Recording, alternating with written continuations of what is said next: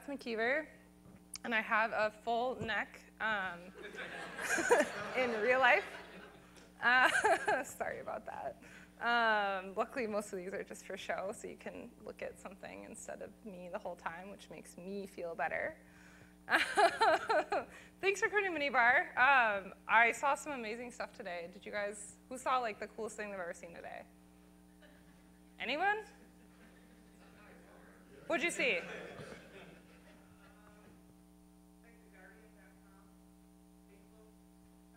Oh. Performance is important. Anybody else? Anything like that blew your mind? Really? What'd you see? Saw an 18-year-old that just got out of boot camp. How cool is she? Abby Tuckner, everyone. Yeah, that was my highlight of the day, I would say. So let's give a hand for everybody we've seen so far. There's some presenters in the room, too. Thank you all. I think I came to the first Minibar when it was like 7 or 8, and I guess now it's 10. But this is my first time presenting here. Done it before. But like I totally didn't realize I was going to be in the theater, so this isn't like a TED Talk. This is just me sharing some stuff, so hopefully we can get onto the same comfort level. I work as a user experience engineer at Software for Good. We're local. We do digital services, full service, creative and development, and all of the good stuff in between. And I always have to do this. Who heard of us before like just this moment? Oh, yeah, look at that room. This is great. OK, the number gets bigger every time, which is always awesome. We're really excited to get our mission out there, and being part of the local community is super important to us and who we are. And I'm really excited about the work we do. And much of that is because we work with some really cool clients. They're all making the world a better place. Yeah, this is where the cutoff is interesting. In any event, those are coffee beans. One of our clients is Fairtrade USA, specifically their coffee arm. We work on a system with them called Acopio, which oversees their supply chain for coffee in cooperatives in countries like Peru and Nicaragua. Another client that we're really thrilled to be working with is Divi. It's especially exciting because they just launched 2 nights ago. They're in beta right now, so if you want to be involved with them, go check them out. They've taken the concept of deals like Living Social, Groupon, et cetera. They've made it more beneficial to everyone involved. So on one side of the coin, they're working with local partners, local business partners to make that engagement easier for them. And the other side of the coin, whenever a user spends money towards a deal, a donation is made on behalf of a nonprofit organization. We also support our internal team at Software for Good by fostering creativity and passion. So when our resident soccer fan, Eric, who also happens to be a great Rails dev, when Eric wanted to create an API for the World Cup last summer, he ran with it and it totally blew up. And what you can't see is that it says find great projects, or cool projects. I can't even see it. Beyond Software for Good, I'm also a co-organizer of Lean UX MN, and this is sort of where our story really starts today. Who's heard of Lean UX? It's okay if you haven't. I'm not talking about it explicitly, but it's cool. Check it out. Or Lean Startup if you're into that. So throughout the past 2 years with Lean UX MN, we've produced a number of high-quality events centered around the general theme of Lean UX. So from our second event ever in 2013, when Eric Mitchell shared his vision for live style guides, and I shared a sampling of collaborative design work, to last December, where Jeff Gotthelf actually came to town and spent the evening with us sharing the news from sort of the latest frontier of Lean UX. He actually wrote the book, so it was very thrilling to have him here. Through this group, I've been lucky enough to meet a lot of people from a lot of different local companies, and also through other groups like this in the community. At the very first Lean UX MN event, there were about 13 of us, probably less actually. I don't know if anybody actually remembers. It was very small. We huddled on 2 ends of very long banquet tables that were sort of dwarfed by our surroundings. It was like the biggest conference room at Health Partners, probably enough to hold like 60 people, so we were just kind of huddled in this corner talking. Not really the most thrilling turnout, but we did have a really good conversation. And through this conversation, we were able to take a pulse of enterprise UX in the Twin Cities. It was not really awesome. Waterfall methodologies were rampant, and some UX teams were on the opposite side of their building from from their dev teams. Some UX teams weren't in the same building at all as their development teams, and some weren't even in the same country, different sides of the world. We weren't really working in a way that brought true success. The way we were working actually made us feel kind of sick. So everyone in the room wanted to get better at what we do, but we weren't sure the way forward. Some of us had previously gone to Lean Day UX just a few weeks prior, so we started discussing strategies we had heard at Lean Day UX, talking about the feasibility of implementing them. And at the end of the night, we were all really inspired to continue doing great work and to try to make changes, but the battle was clearly uphill. So over time, we kept doing events and meeting new people and learning more about the collective experience of UX, especially in enterprise in the Twin Cities. I spoke at Mini WebCon last year about lean usability testing, and Heather, Brian, and I also led a workshop at both UXPA and Mini WebCon on collaborative design and rapid design sessions. So the thing that really got me thinking about creating this talk and not doing another one about lean usability testing or design was that I would observe people sort of during these events and at the end of these events. Sometimes they come up to me or Heather afterwards and they kind of be starry-eyed and they'd be really excited about all the ideas that they had just heard or the collaborative design that they'd just been a part of. Sometimes they would actually like grumble through our entire workshop, like they didn't want to be there even though they came to a library like on a Thursday night. And then they would all kind of quietly leave and just kind of be done with it, and like it meant nothing to them. It was not helpful for them, even though they originally thought there was some nugget there. So Lean UX has grown considerably in the Twin Cities in the past couple of years. Would anybody say that their company is practicing it? Wow, there's like 2 hands in the audience. Go FizzDap and Nobu.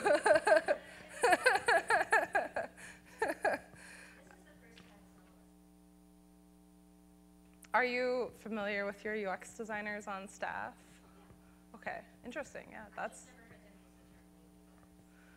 So it is notably absent from large companies. Even the ones that are excited about it, I think, are struggling to adopt some of the Lean UX principles. And I'll just step back for a second and explain what this is. It's not core to what we're talking about today, but essentially Lean UX is about getting rid of deliverables that cause waste. It's about not creating big annotated documents when you can just go talk to a developer. So it's very much a methodology for doing work that helps us work better together and less on paper. Very similar to Agile. It's just sort of how you bring UX and design into an Agile workflow. So it's hard to implement, though. And for a while, we were doing these events, and people were excited, and we just couldn't figure out like why it was still not really being brought into these companies where we're having people come to our events and excited about it, and they couldn't bring it back home in a way that lasted. So I realized that every time I've ever sort of evangelized about lean practices, I've been really missing something. You can try all you want, and things aren't just going to change overnight, and I think we all kind of know that. Culture change and organizational change is a really, really big thing, and it's much bigger than simply doing like some guerrilla testing on the side. We heard amazing stories when we went to Lean Day UX from places like Living Social, Bill Scott of PayPal, Intuit. The fact that they were able to implement some of these great best practices and methods of working together was all because they worked in companies where their culture allowed them to do that. They were supported in their efforts, and their company as a whole said, this is how we want to be. But it doesn't just happen. They had to work at it. Lionel Mowry from Intuit, he actually talks at Lean Day UX, and I think he continues to do so, about how this happened for them at Intuit. And Intuit makes like TurboTax and such, like really ace on the UX. A significant level of the leadership at Intuit explicitly charged a number of practitioners with the title of innovation catalyst. These change agents were organizationally embedded within stagnant teams, and they would actually have time allotted and set aside to do sort of innovation experiences with these groups and eventually turn out products or do things relative to their area of expertise that were sort of out of the box. And then the next class of change agents would come from those groups that were previously stagnant. The people who are excited about doing it in those groups would get handpicked by leadership to then go do it again with other groups. This is sort of how they created this very different culture within this company. So today, instead of sharing insights about lean usability testing or collaborative design, which I would love to talk to you about if you're interested, but today I'm going to share lessons that I've learned from trying to instigate change or sometimes just being around it. So the first thing that you know in your hearts is that change is possible, but you can't simply force it, right? Company cultures are partly an artifact of leadership and the company and how it approaches things, but it's also an artifact of the actual people in the company, whatever level they're at. So in big companies especially, there's going to be about like 3 kind of types of people in this sense. There's going to be people who really, really want to be there. They love the company's mission, they live it out, they're super excited about it, and that's the place for them. Then there's going to be people who are there because it's a good company. It pays well, they have good benefits, and their coworkers are nice to them. They don't necessarily go out and evangelize, but they're happy to be there. And then there's sort of the people who are there because it's their job, and that's just kind of how it is right now. They might not even say they love it. It's just work. Sorry.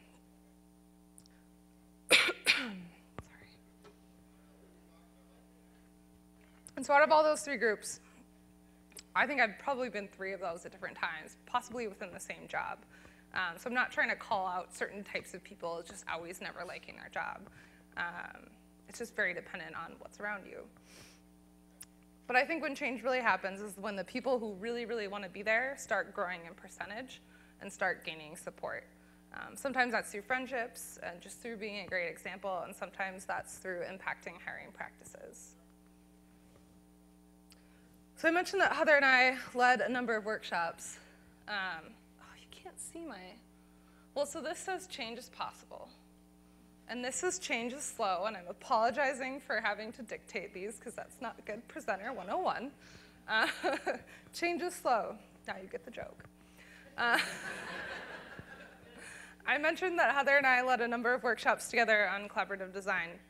And so every time there was like a new event on the horizon, like, oh, UXPA wants you to come speak, we would kind of get together and start working our presentation, and we would look at how far we had come. And by this point, it had probably been at least 6 months since our great breakthrough at Lean Day UX. And we would look back and we would see great change. But at the same time, we would be sort of in the middle of turmoil at our current situation. We would be frustrated with where we were at and why we couldn't do anything. So it was always nice to have that perspective. But it didn't come very easily. At that company at the time, about the same time we started talking about Lean, they wanted to adopt Agile. And I think it took them probably about a full year from the time that they did the first workshop to the time that there was product teams like actually really nailing it. And none of that includes the many years and the failed attempts at doing Agile before. So change is super slow.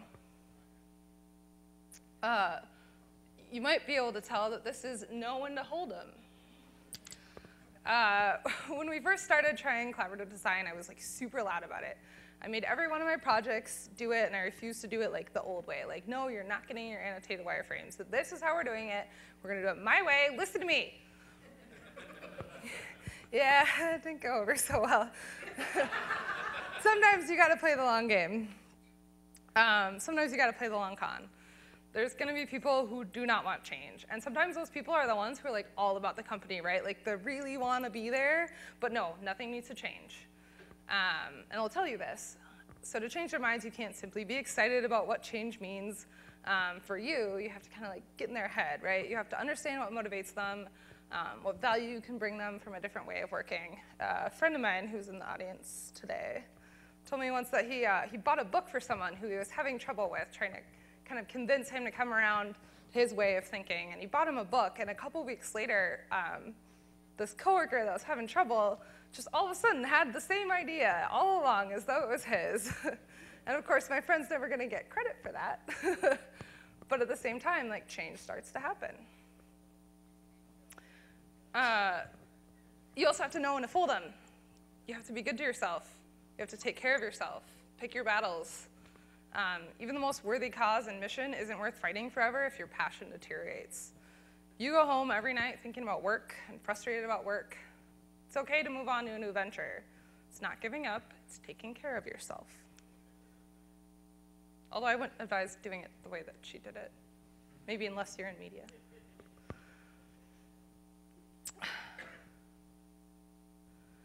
You also can't do it alone, and that might be part of the reason you need to move on. You can't do it alone. You have to do it with a team. Take the village.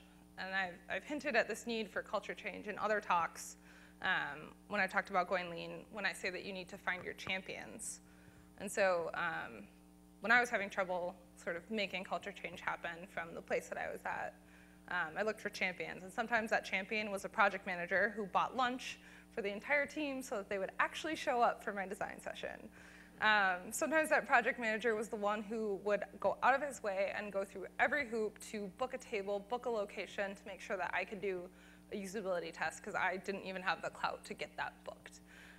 And then he went above and beyond and stood there next to us and flagged down every person walking by and asked them if they wanted candy and if they wanted to help us. As an introvert, not something I wanted to do. So find your champions. So this is, don't waste energy on negativity. Now you get the joke. Sometimes your other passionate coworkers can be kind of a double-edged sword, and I say this lovingly, knowing that I have many former coworkers who I'm about to talk about in this room. I love you guys.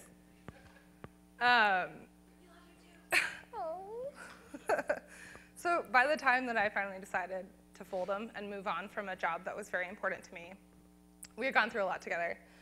So near the end, we'd sort of find ourselves hiding out in conference rooms at the end of the day, sharing stories of frustration. And at first, it was really cathartic. Like, we needed to do that. We were very frustrated, and we were very passionate about what we wanted to do, and we couldn't do it. It was very therapeutic at first. We were fighting this uphill battle, and we wanted to be more user-centered. It's a lofty goal, but we believed it was possible. So every day, at the end of the day, we'd find ourselves just talking about what had happened and how we had been blocked from doing what we wanted to do. And eventually, it kind of became a habit, and eventually we began to dwell on it, and we were almost feeding off of each other. And I think it blinded us a bit to the good things that may have been happening because it was so then easy to pick out that crappy incident and stand up or whatever it was and bring it to the room at the end of the day. And we have all since moved on. And I think, at least I know I'm personally, instantly, I was healthier and happier after moving on. And I'll talk about that a little bit more later. So change happens without you too. You might just be a spectator, unassuming. So the next position I took after I made the decision to leave was at a big company. We're talking like thousands of people employed in downtown Minneapolis alone just to support their e-commerce efforts. I'm not gonna be coy, it was Target. But she didn't know that. Yeah, I started there in February 2014. Target was still like reeling from the great breach of Christmas season 2013. So not long after I started, the fabled dress code policy changed. We were dealing with, I believe the CIO was replaced during that time, new VPs in product management and digital. Someone actually wrote a scathing letter from the inside about the culture of being a Target employee, which I was simply a contractor. And that went viral on like Jezebel or something. And then, of course, you probably remember the CEO stepped down. That was a really big deal. I actually spent 1 week, like a full week or two during that time period, not knowing that my product manager wasn't my product manager anymore. And like, I guess I should have figured it out because he didn't answer any emails and no one told me. And as I wrote that, I realized that I think that happened to me twice during like a 5-month period. Sometimes you just kind of have to sit back and watch change happen and adapt to it. So this is don't be a hero. Instigating change is not about being the hero. If you want glory and visibility, you should maybe think twice about becoming a meaningful change agent. Like I said before, sometimes you won't even get the credit. So like, be okay with that. Instigating change requires creating meaningful relationships with your coworkers. It requires working together and not dictating.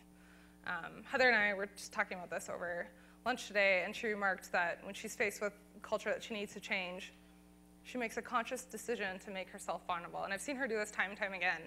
where she'll go into a room and she will dance or she will wear a feather boa. And she does this all sort of for the sake of morale and bringing people together and kind of breaking down these walls that were previously there and antagonistic to her goals. This is macro and micro. So change on a huge scale is kind of what I saw at Target, right? I literally couldn't affect it. I was just watching everything happen around me. It's actually very chaotic. This kind of change happens when people are in charge and they're replaced. This kind of thing happens when people are in charge and they make a decision. But when you're not in charge, it's not really the kind of change you make. So working on a smaller scale is sort of the thing that, as us as practitioners down in the weeds, this is the kind of change that we can affect. And it may feel really small, but walking into a room wearing a feather boa, you'd be surprised. That's the first step into sort of engendering people to you and creating that morale that's important for culture change. It could be as trivial or maybe even more meaningful than a feather boa as taking someone to coffee that you don't work well with and just being intentional about it. Or just by taking the time to read a book. Like for me, reading about what my developers are doing. My first day on the job at Software for Good, I sent something from the Android design and development docs to one of our developers, and instantly he was like, oh my God, you actually read the docs. Like, that's all you need to do sometimes.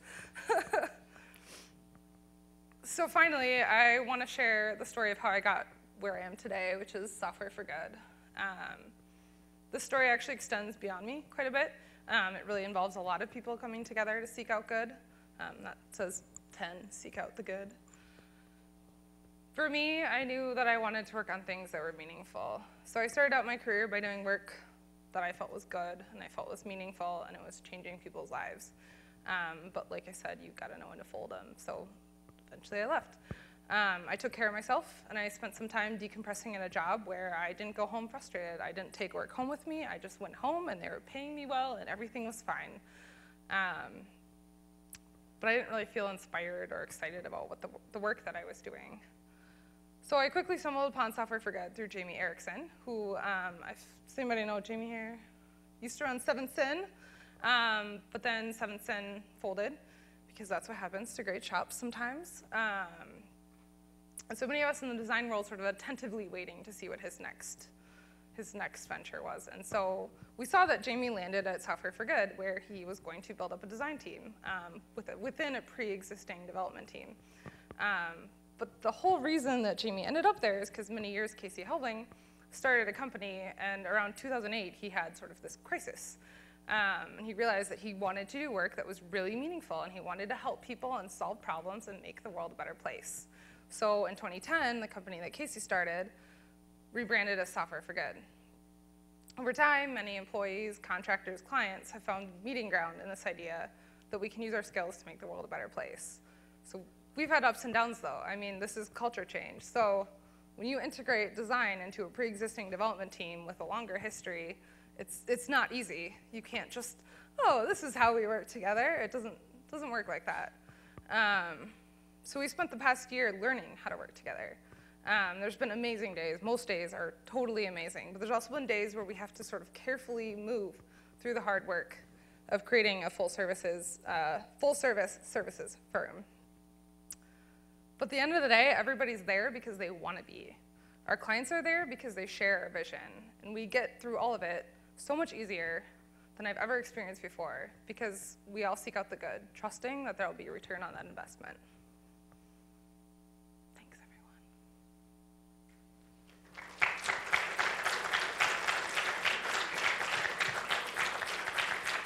I didn't mean for that to show up, but I guess that's apropos. Does anybody have questions? I mean, there's beer outside, so like, it's totally okay if you want to go. But if you have a question, I'll be here. I also have stickers.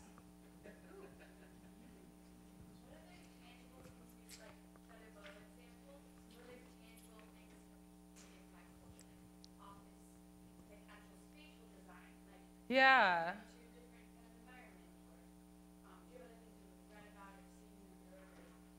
So actually at the first job that I had where we sort of went through these motions and then eventually I left, we all had cubicles, like very traditional big corporate office space. And the UX team, we actually decided, well, like screw that, we need to fit more people, and we all love each other anyway. So we broke down the cubicle walls, and we all had like a 6-inch wall sort of in between us, and we actually created a pod. I think that was huge for morale among us, and we would invite developers in there with us to collaborate with us, and yeah, it made a huge difference. Casey, the man himself. What findings that you found over the past year about working with developers, and what are some takeaways from it? So I always knew I wanted to work with developers because throwing documents at them sucks. And then like they get mad, and then like you get mad, and it's terrible. The thing that I have really enjoyed, I would say, about working with developers is once I started being open with like my process and sharing design and inviting developers to design with me, they're also very helpful to me in learning more about development. I've gotten to the point where like I have a cursory knowledge of front-end styling and like some GitHub stuff, and consistently I found that everyone is like ready to jump in and help me if I ever have a question about it. It's a good give and take. Eric. So how do you guys started looking at this stuff? One of the feedback I remember getting from UX consulting folks was, how do we build for this? Like, if we're not doing deliverables, how do we show that we're doing work? How do you guys handle that? Software for good? Yeah. Something that is a software product, but you're managing to sell your time as part of that process. So the first thing is that we're super transparent with our clients, just by nature of who we are and the fact that we work in an agile development process. Our clients are with us weekly. So in contrast to maybe like an agency lifestyle where you kind of gather everything and then present it back after like 3 months, we're very much about having the clients in the office with us. I mean, the other day there was a client sitting on the couch with one of our developers, like working through things. The other thing is that we probably do slightly more documentation than I would do in-house, just simply because we do want to show our work and then have the client be able to walk away with something. So it's not waste when the client can walk away and bring that back to their company, whereas otherwise they couldn't if I just have that conversation with them because I'm not embedded in their company. And I think probably between those two, it does make it easier to talk about these things, but there are some clients who are less interested in certain lesser billable things maybe, right? It's kind of a curve between the clients who really want all of it, some of them don't want any of it, and we kind of work to educate where we can. And then some of it we just do guerrilla and quickly because we still want to do the best work we can. Does that answer your question? Okay. Anybody else? Casey? I'm sorry. Maybe, I know one of the things you've been talking about recently, there's been a lot of buzz about the lifestyle guide stuff that you've been working on too. That's the guy, actually. The guy who did the thing that told me about the lifestyle guides. So I don't know, maybe you can talk about that. What's the efforts there? Yeah, so one thing, Eric, you'd be psyched to hear this. I haven't even told you this yet. We have been working on ways to integrate a lifestyle guide in a way that we can share it with our clients when we need to, getting smarter about a development process. Selfishly for me, that means that I don't have to define pagination on every page. It's kind of the value for me with this lifestyle guide that we've been working on. I just get to define it once, and then I can tell Ryan, like, hey, just use that pagination that we talked about on that last project, and we have an artifact for it. So yeah, that goes all the way back to the second Lean UXMN conversation that we had like 2 years ago. Yeah. What kind of culture changes have you seen happen, like, before your eyes, I guess?